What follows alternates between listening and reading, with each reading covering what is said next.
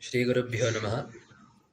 Vāgīśādhyās sumanasas sarvārthānāmupakrame yam natvā kritakrityāsyastam namāmi gajānanam mālā sudhā kumbha vibodha mudrā vidyā virājat karavarijātām apāra kāruण्य sudhām burāshim Shri Sharadāmbāṁ pranatosmi nityam सदाशिवसमारम्भां शङ्कराचार्यमध्यमाम् अस्मदाचार्यपर्यन्तां वन्दे गुरुपरम्पराम् वक्तारमासाद्य यमेव नित्या सरस्वती स्वार्थसमन्वितासीत् निरस्तदुस्तर्ककलङ्कपङ्का नमामि तं शङ्करमर्चिताङ्घ्रिम् सदात्मध्याननिरतं विषयेभ्यः पराङ्मुखम् नौमि शास्त्रेषु निष्णातं चन्द्रशेखरभारतीम् विवेकिनं महाप्रज्ञं धैर्यौदार्यक्षमानिधिं सदाभिनवपूर्वं तं विद्यातीर्थगुरुं भजे अज्ञानां जाह्नवीतीर्थं विद्यातीर्थं विवेकिनां सर्वेषां सुखदं तीर्थं भारतीतीर्थमाश्रये विद्याविनयसम्पन्नं वीतरागं विवेकिनं वन्दे वेदान्ततत्त्वज्ञं विधुशेखरभारतीं सौम्यानि यानि रूपाणि त्रैलोक्ये विचरन्ति ते यानि चात्यन्तघोराणि तैरक्षास्मान् तथा भुवम्. Namaste everyone. I welcome all of you to this Yuvabharati session. This is the inaugural session with Acharyal's blessings, Jagadguru Sri Sri Bharati Tirtha Mahaswaminam blessings, and Sri Sannidhanam Jagadguru Sri Sri Vidhushekara Bharati Mahaswamiji's blessings. We are to embark on this new initiative. The idea for starting this is we felt we should become familiar with our culture, with our tradition, with our Sanatana Dharma, and especially it should be the youth should become familiar. It's not easy to cull all the knowledge from the Shastras and learn it, give it in a compact form these days. So, because people don't even have the time to spare for that.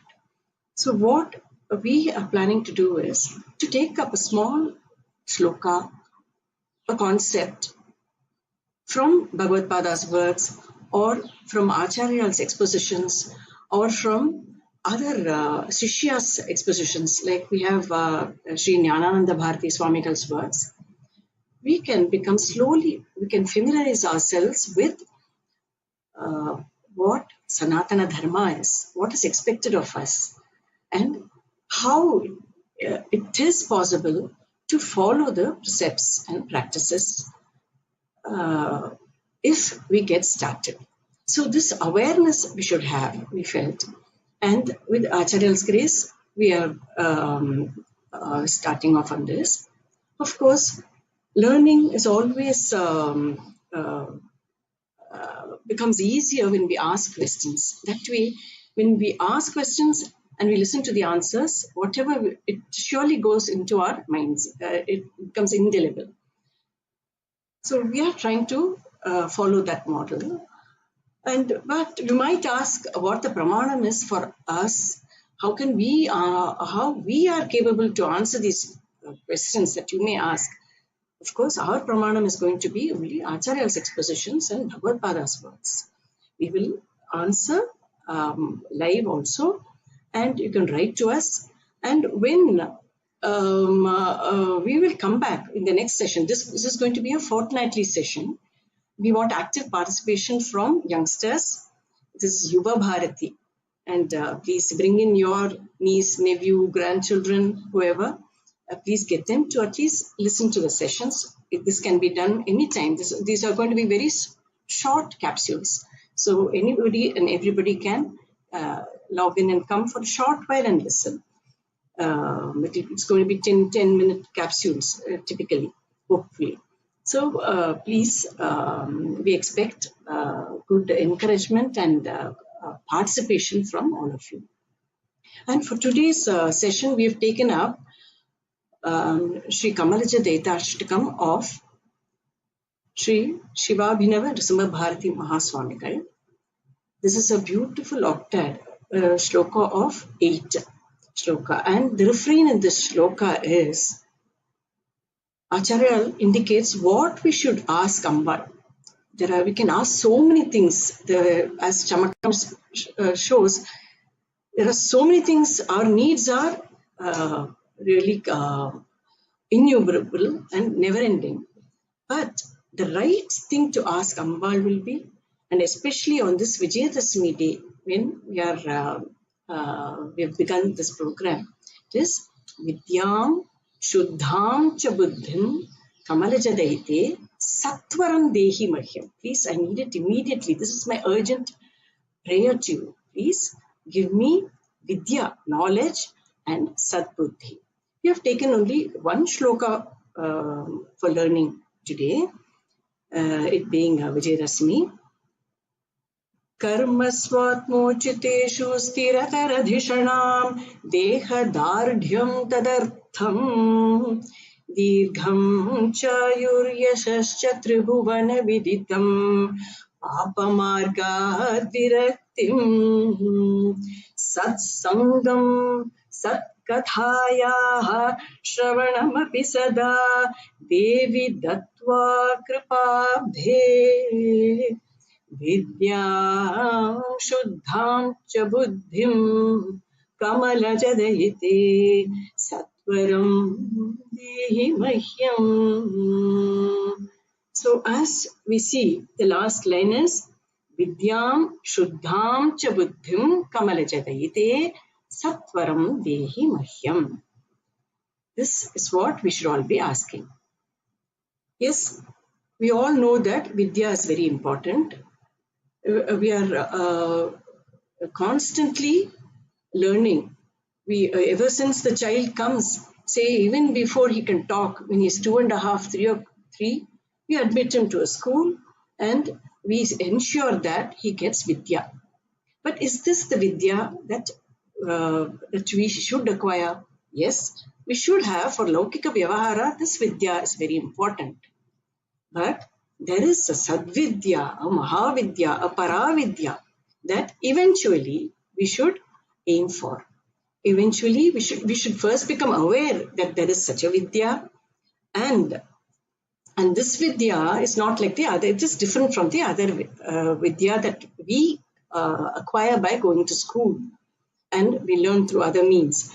That Vidya, we need, it is to do with, it is about palpable things that we can grasp with our sense organs and with our mind and intellect. But the Vidya that Acharya is talking about is beyond the ken of our sense organs and mind and intellect. That is the Paravidya. It is most subtle. So this is the greater vision that Acharya gives us. But he also says, Devi Dattva Kripabde. Oh Devi, you're an ocean of compassion. So please give us all this and lead us on to that Vidya. And what is this, all this? There is a a preparation, a prerequisite, only after acquiring which we can enter into the portal of this Sadvidya. And what is that? That is expressed in this shloka. Acharya has given all the, see, even in the Loka Vyavahara, we see that if we have to prepare for Olympics, then we start early. The child's aptitude and capability is judged, and then even while he's young, he is sent to a coach, to a trainer, physical trainer. Then he's given holistic atmosphere to, the psychological and all those capabilities so that he can cope with the stress. And he's given the physique. He builds his physique and he gets ready for the grander vision in a similar manner. So it is usually, we say, we know that the Purusharthas are dharma, artha, kama, moksha. We know that artha, wealth, and kama, desire, is allowed. It is licensed. We can work to acquire all that. but all that should be related to dharma. That is what our scriptures say. So let us finish all this. Let us live life to the hilt, and then there will be one day I will retire. I will settle all my, see that my children are settled. Then I will retire. My mind will be free from stress, and that day I will sit and acquire this vidya. Just as we cannot run for Olympics at 6, we cannot train at 60 for Olympics. The same manner, this is not possible. I can tell you from my own experience, this is just not possible. If at all we have to acquire vidya, we should have that vision, that awareness at a very young age. And with that ultimate vision, we should set smaller goals. The goals that also our acharyas, they guide us. In this shloka itself, Acharya is guidance for all that we should acquire to get there to that grand vision. Whether this birth or the next birth, Gita Acharya said nothing will go waste. Your efforts will not go waste. He is assured that. So we should get started early, and that is why youngsters should get in and find out first what is the prerequisite, what are the concepts that we are going to deal with, and so on and so forth. So for now, we will move on. I will invite Lalitji. He is a very competent person. He has studied under traditional scholars, as our other panel member today, Sri Rajaramanji also. And we have two extremes here. One student who is studying in a college, and the other one is a professor. So typically, they are very aware of the learner and teaching mode and all that. So I will ask Lalitji to take over and explain the karma part of the shloka. Thank you, Vasumati ji.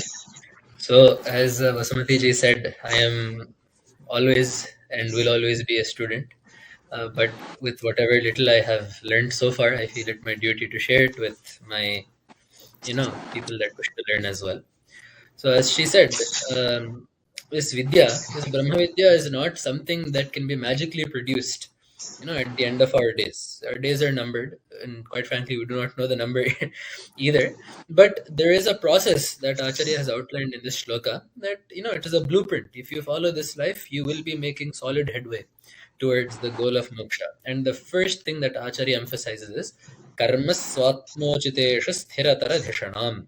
So, atmochiteshu karmasu sthiratara dhishanam. First, give me a firm resolve to do my dharma, to do my duty.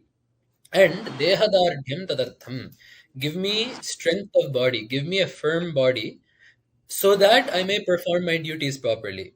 And dirghanchayo, give me a long lifespan so that I can perform my duty, not just every now and then, but regularly, consistently for a long period of time. And then Tribhuvana Viditam, Yashaha, all of that, Rajaramanji will talk about. But this concept of atmochiteshu karmasu, it is very important that karma be done for jnana. So this is quite frankly the crux of Bhagavatpada's argument, and not just Bhagavatpada's argument, because Bhagavatpada's argument is that jnana devata kaivalyam. Bhagavatpada is the number one person that will say, na karmana na prajaya dhanena tyagena eke amritatva manashuhu. It is not karma, it is not children, it is not wealth. Nothing will get you to moksha besides jnana, right? As Advaitins, that is our Parama Siddhanta. That is the most absolute point that our entire universe revolves around. Because the knowledge being unity of something, right? It is a world view, right? It is a realization that is the end goal. So for any realization, knowledge has to be the mean, right? An action can never be, the cause of a realization. It has to be an act of knowing that causes us to understand something. So this is the part that confuses most people. Bhagavatpada being, the jnani that he was, being the stalwart that he was, being the sannyasi that he was, he himself has renounced karma, and he himself is stating, reinforcing Veda's statements that it is tyaga, karma sannyasa, and jnana, knowledge, that gets us to moksha. Then why across all of the Shankara Pithas, across all of the Shankara Sampradayas, why is karma so so markedly emphasized, right? Because a very common thing is everyone needs to do Sandhyavandanam. All the proper, what do you call, the Sampradayika schools that follow Bhagavad Pada are very particular about these pujas being done, these Sandhyavandanas being done, this being done, Brahmayajnas, Vedaparayanas, this, that. They're very particular about things to be done.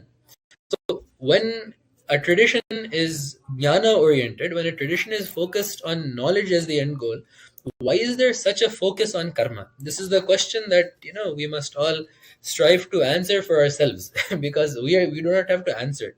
The beauty of any topic in Sanatana Dharma or in a tradition, as you will see in this session and across all the speakers and other speakers, is 90% of the questions that cross our mind have been answered in a text somewhere or the other.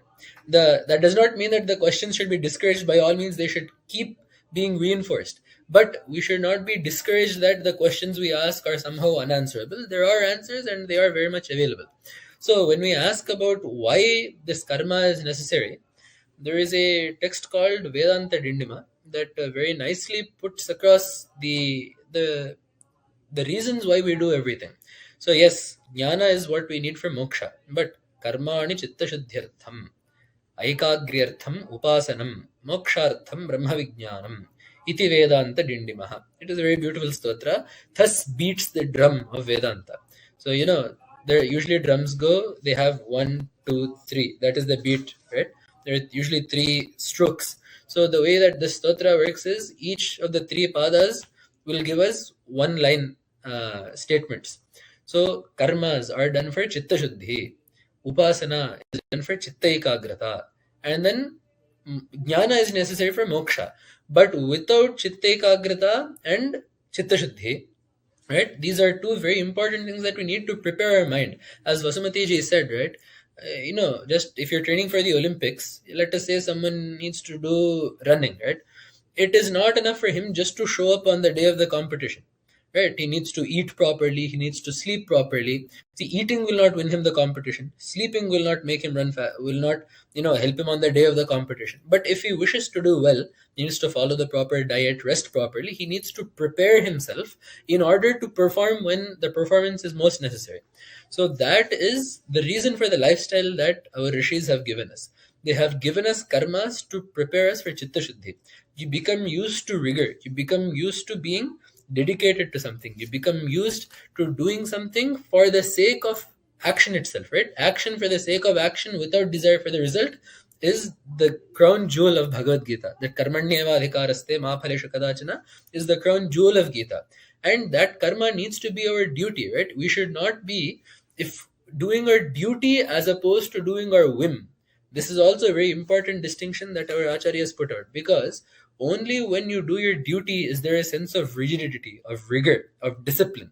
Doing your whim requires no training at all. Animals do that, babies do that, children do that, right? But to do something as a duty regularly, without fail, wholeheartedly, without desire for the fruit, is something that makes a man very pure at heart, or woman, a man in the general sense of a human, is something that makes a sadhaka very pure at heart by the time that they have gone through all the motions. And then upasana, right? It is not just karmas that we're doing, but we are also doing something with a devata in mind. Right? This whole concept of worship, for 10 days, we have been worshipping Devi in every form that we can think of. Jagat Prasutika is with the baby in her lap, as as Maheshwari, as Kaumari, as Vaishnavi, as Aindri. In every single form, we have been worshipping Devi. The reason being, we find a form or some name or some form of that Parabrahman and learn to focus our mind wholeheartedly on it. Our mind needs to learn to latch on to something without turning this way or that way, without being without getting digressed anywhere else. So the whole process of these karmas and of these anushtanas and upasanas is to get us these two pillars upon which the slab of jnana can safely rest. And it is necessary that we do our duty, because Bhagavan says in Gita, Salpapyasya dharmasya trayate mahato vyat. And Bhagavad Pada stresses there asya dharmasya yoga dharmasya, because this is in the second adhyaya, which is talking about karma yoga, right? So if you can do something with the vyavasayatmaka buddhi, that is the prakarana in Gita, if you can do something for the sake of duty and do it without any desire for the fruit of the result, and then let it go as Ishwararpana, even a little bit of that dharma is enough. Trayate mahato bhayat. And there, what is bhaya, right? What is a great danger? What are we being rescued from? There, Bhagavad Pada writes, Janana Marana Lakshanat Samsarat. Right? Bhagavad Pada writes that a little bit of our duty, if we can do it properly, if we can do it without desire for the fruit, if we can do it and offer whatever we are doing to Ishvara, if we can make that a habit, it needs to become a conscious mental habit. If we can do that, that is enough to save us from samsara. That is the first step, right? Like Neil Armstrong said when he put a boot on the moon, this is one small step for man, but a giant leap for mankind. It is the same concept. It is a small step from our effort, but it is a massive leap as far as sadhana is concerned. So it is necessary that we know what our dharma is, we know what our duty is. Our rishis have laid out several guidelines for us to live our lives by, and not only lives for ourselves, for the community as well, right? This is the Samskriti aspect. There is a culture that is being inculcated along with our duties and along with the tattva, right? Along with philosophy. The summation of our culture is a marriage of philosophy and culture. That is what Indian culture, Indian heritage is, a marriage of philosophy and lifestyle. So that is what has been brought out, and that is why Acharya is so insistent that our karmas must be performed properly, wholeheartedly, if we are to get that Shuddha Vidya that Vasumati ji was talking about. So, if anyone has anything to say on this topic or something to ask, the floor is open. Yes, I would like to ask, where do we find the pramana for the jnana and the dharma and the karmas? And how does an individual determine what his dharma, that is, what is his dharma or karma is to be? Yeah, that is a very fair question, and I think one that all of us get, right. See, if all of us knew dharma all the time, life would not be this hard. So, in Manusmriti, we have a shloka that lays out all the dharma sthanas. Right? So, in the Shastra, it says, Vedo khilo dharma moolam, smriti shile cha tadvidham, acharashchaiva sadhunam, atmanastushtirevacha. So this is in descending order what the dharma pramanas are. So the first number one pramana is Vedo Akhilo Dharma Moolam. Akhilaha Vedaha means Akhila means that which is undecayed or that which is complete, right? So Vedo Akhilaha means Veda along with the Vedangas, right? So the Shiksha, Vyakaranam, Jyotisham, Chandaha, Nirukti, all of those. Veda accompanied by all of those is the main source of dharma. And then smriti shile cha tadvidam, and then the smriti granthas come, right? So we have this manusmriti, parashara smriti, yajnavalkya smriti, all of these smriti granthas that we have. Dharma shastra is what it's usually called, and then also apastamba sutras and Hiranyikeshi sutras, and all of these we get all of these other sutra vangmaya, and the smriti granthas are next in line. Then after that you have acharashchaiva sadhunam, sadachara, the conduct of good people, the conduct of virtuous people, the conduct of dharmatmas is the third pramana. And then last but also very important, atmanastushti, our conscience, right? Generally speaking, if we do something that is not proper, our conscience will keep it will keep reminding us that this is something that we're not supposed to do. So nowhere does our culture say that your conscience is never is not a part of it. Our conscience is very much a part of it. In fact, Kalidas also says, Satam hi sandeha padeshu vastushu pramanam antahkarana pravrittayah. When satpurushas, when good people are faced in with a dilemma, it is best to listen to your conscience, because your conscience will not lie to you. Your mind may lie to you, but your conscience cannot lie to you, right? Your conscience can tell something, and sometimes we end up rationalizing it. But anyway, if we look at this hierarchy, right? So first we have Vedas, then Smriti Granthas, then the Achara, right? The conduct of Dharmatmas, and then last we have our conscience. Now we may say, obviously Vedas and Shastras, these are not something that everyone can just flip open. That is the reason why we have Acharyas, right? We started Guru Prarthana with Guru Prarthana for that very, very reason. We have people, we have Mahapurushas who have studied all of that, who are able to understand their purport, who are able to apply those to circumstances, who are able to think, from on our behalf and tell us a proper dharmic marga, right? That is why we see, as far as I have seen, the lines of Sringeri never get shorter, because there are so many people that know that Acharya has, as the dharmatma that Acharya is, as the Veda Purusha that Acharya is, we trust and we believe that, they have the answers to any doubt that we may have concerning our dharma. And right after that, then of course we have the conduct of Satpurushas. And Veda also says this, aloksha dharma kamasyuho yathate tatra varteran tatha tatra vartethaha. Look to learned people who are aruksha, who do not have enmity towards anyone, and dharma kama, who are very particular about following dharma. If you think about yathate tatra varteran, as they would do in that situation, tatha tatra vartethaha, you behave in such a way as they would. So generally speaking, it is very clear as to how we can decide what our dharma is. That aside, the Dharma Sindhu is a very common book that many people can look at. That will usually give you things to do, and that is also a good book for people to refer to. It has been translated into many regional languages. Raja Ramanji, anything to add on this on a cultural basis or a Samskriti basis? Yeah, namaste to all. Mm, um, as Acharya puts this in the third line of the same sloka, Satsangam Satkathayaha Shravanamapi Sada Devi Dadva Kripabdhe, um, which is currently the need of dar for every student, for every yuva who's into the who is trying to step inside the sadhana world.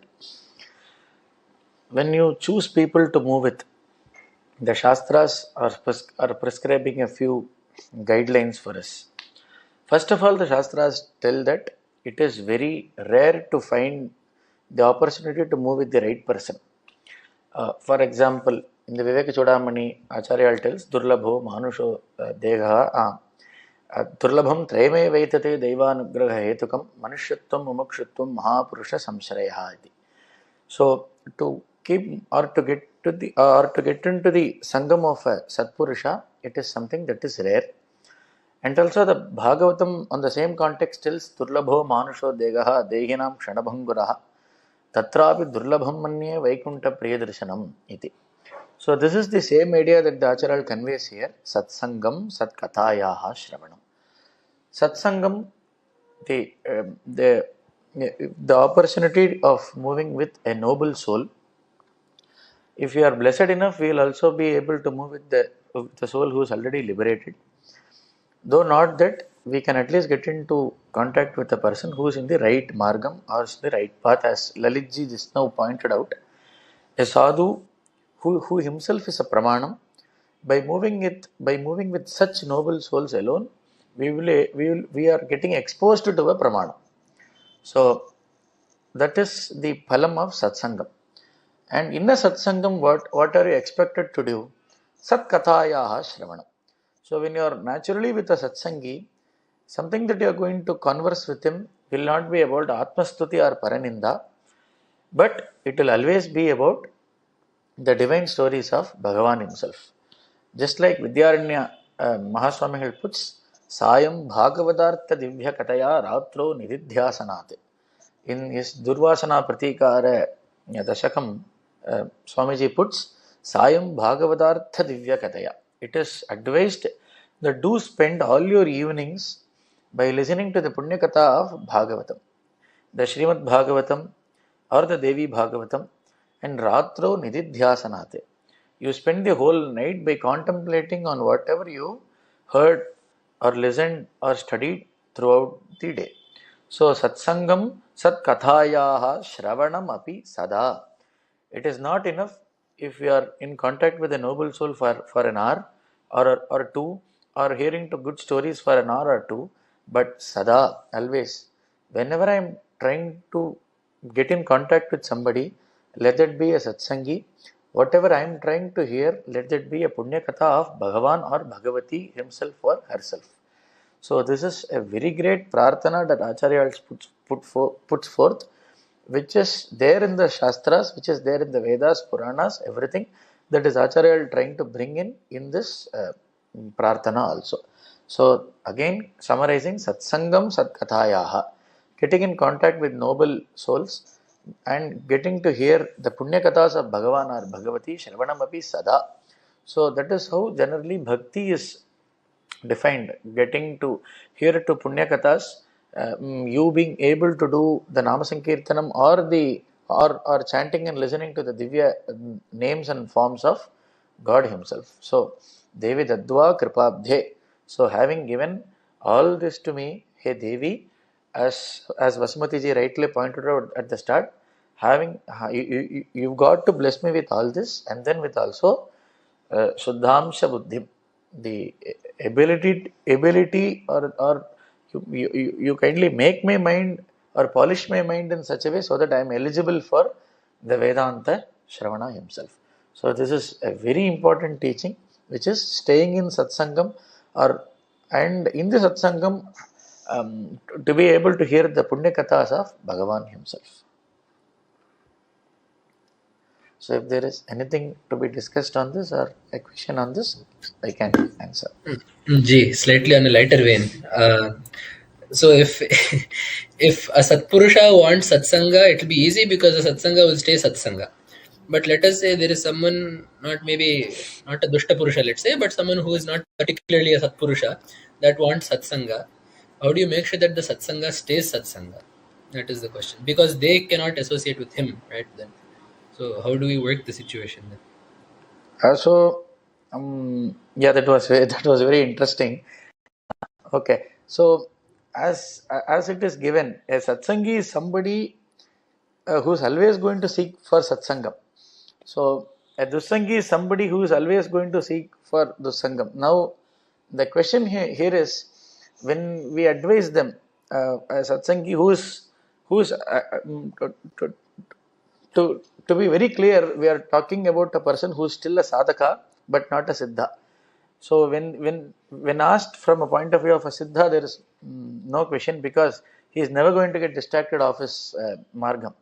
But being a sadhaka in this line, if this question is asked, it is a part where one has to be pretty conscious about his own state.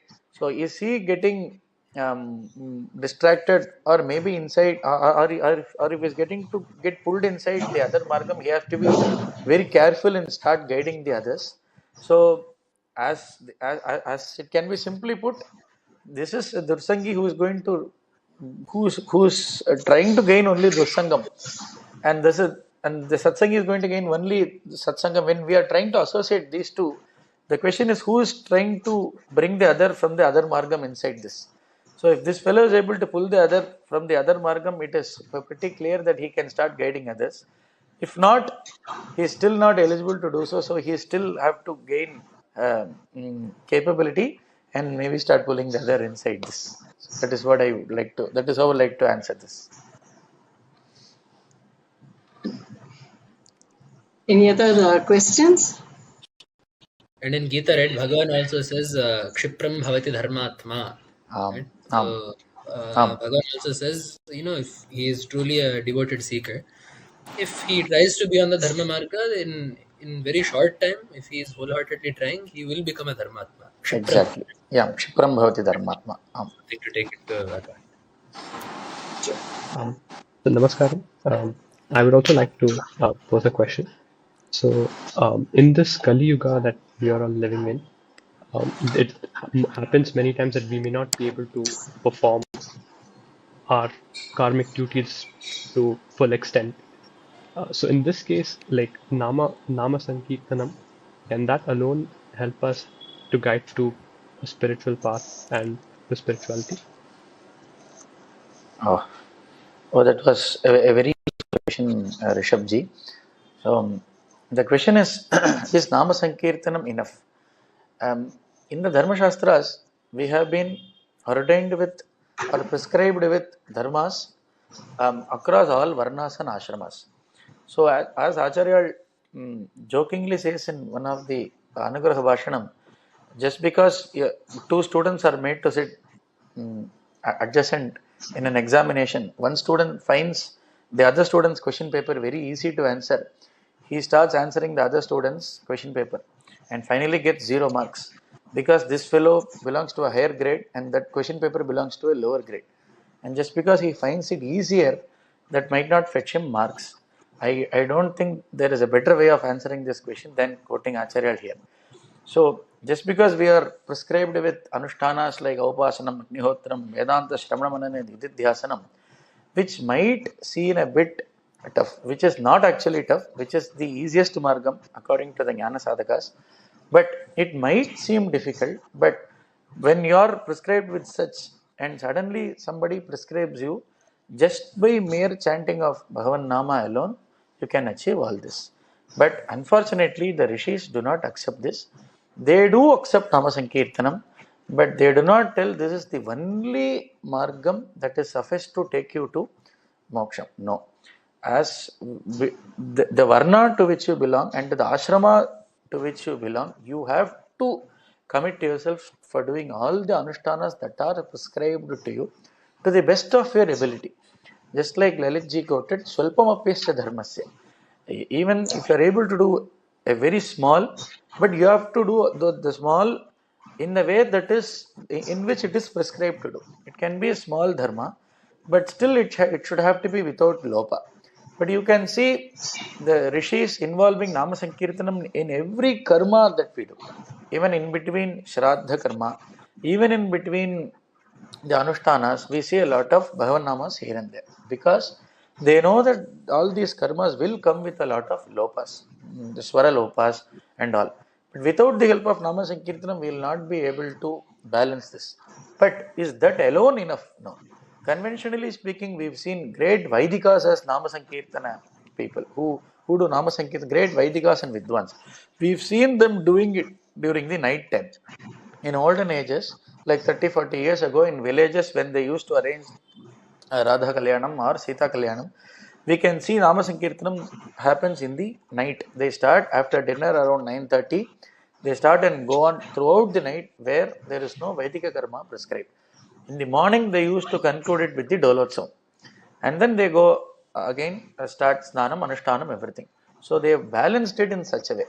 But now, suddenly all these Anushtanams, which are a bit tougher for people, people have started prescribing Nama Sankirtanam alone is enough. So, when such statements are even they even quote a few slokas from the Puranas to support this. For example, Yat phalam nasti tapasa na yogena samadhina tat phalam labate samyak kalau kesava kirtanati. Yes, we do accept these are Puranic slokas which are authentic. But we have to understand that these Nama Sankirtanam, these Namocharanam should have to be done along with the karmanushtanas prescribed to us. These alone are not enough. Of course, these are necessary with all the karmanushtanas prescribed to us. So, this is the question and asked to Jagadguru Chandrasekhar Bharati Mahaswamina, and Acharya gives us very similar answer. I would like to quote Acharya in 1 minute. Acharya tells there are two servants to an Yajamana. Acharya gives like Acharya gives both of them duties to be done. One stands next to the Yajamana and keeps praising the Yajamana. You are such a great person. You are so beautiful. Your name is so beautiful. I would like to keep praising you. The other person, he is sincere in carrying out the orders given to him. Now Acharya asks, with whom will the Yajamana be happier? Definitely the one who is doing his duty, rather than the one who keeps praising him. So, Nama Sankirtana in the form of Stotra and Kirtanam is done only as affixed to the karma that are already ordained to you through the Vedas and the Dharma Shastras. I hope, Rishabh, the question is answered. And if I can put another word, Bharatiyatha Mahaswami also in Anugraha Bhashana, Mahasanathanam said, from our side, right? So, as a sadhaka, as Rajaramanji said, all these Pak Yajnas, Soma Yajnas, Vajpayas, we cannot do all of these big karmas. It is simply not possible even by Vedas rules, right? If a grandfather has to do Vajpaya for me to do Vajpaya, my grandfather did not do Vajpaya, so that is gone. But Acharya said, right, just because we cannot write every single question in a paper does not mean that he does not write anything in the paper. If he has 100 marks paper, he will try to write at least what we can to get the pass marks. So just because we cannot cannot do everything in our karma means everything needs to be replaced by Nama Sankirtana. We need to do everything that we can, and whatever is left, Nama Sankirtana can be done in place of what we absolutely cannot do. But Yes. as Rajaram very aptly put it, if we can do it, we have to. It is not there is no substitute for what we have to do. Start.